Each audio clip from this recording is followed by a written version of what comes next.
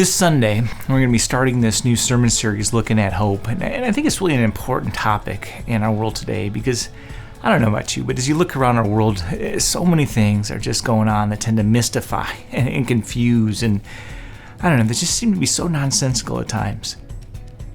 And yet they persist, don't they? You look at our culture and you see the uncomfortable increases in costs, and we've all felt that. The hatred that you're seeing on television and so often in our streets. The sexual confusion going on today, the polarization of our culture, the duplicity and even stupidity of our leaders.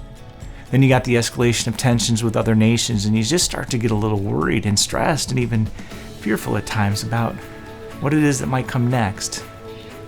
You look at our failing schools and the lack of work ethic in so many of the kids out in the workforce today, the cultural obsession with pornography and social media, the loss of objective truth and reality, the partisanship of our media empire, the decline of the church, and you start to wonder, how in the world will we ever be able to turn this around?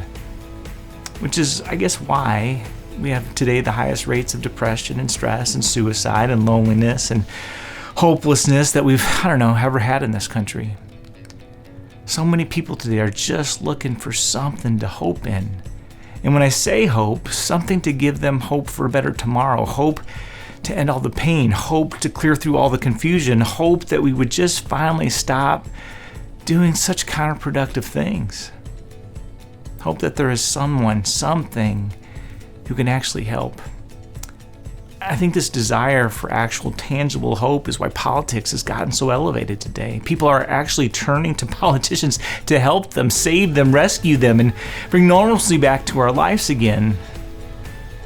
But the truth is, and has been, that they're just not able to.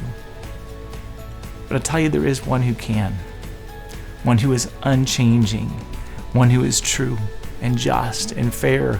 One who is able to forgive and heal and see the best in others. One who is constantly working all things toward a perfect end. And this one has always been Jesus.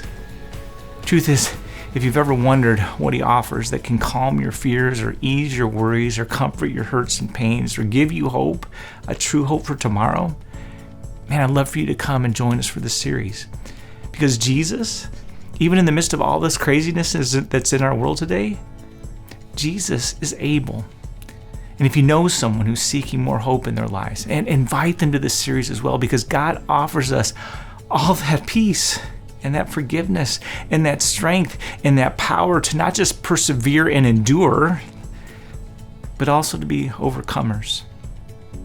It's this hope that caused us to change our name back in the spring. It's this hope that directs our ministry efforts and care for this community. It's this hope that has sprung us into doing a building campaign this fall. It's this hope that gives us a peace in the midst of the storm. It's this hope that frees us from our past. It's this hope that empowers us to deal with and overcome what is.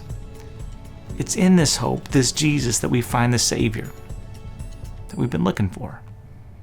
Love for you to join us each week for this in-depth look at hope, the hope we have in Jesus.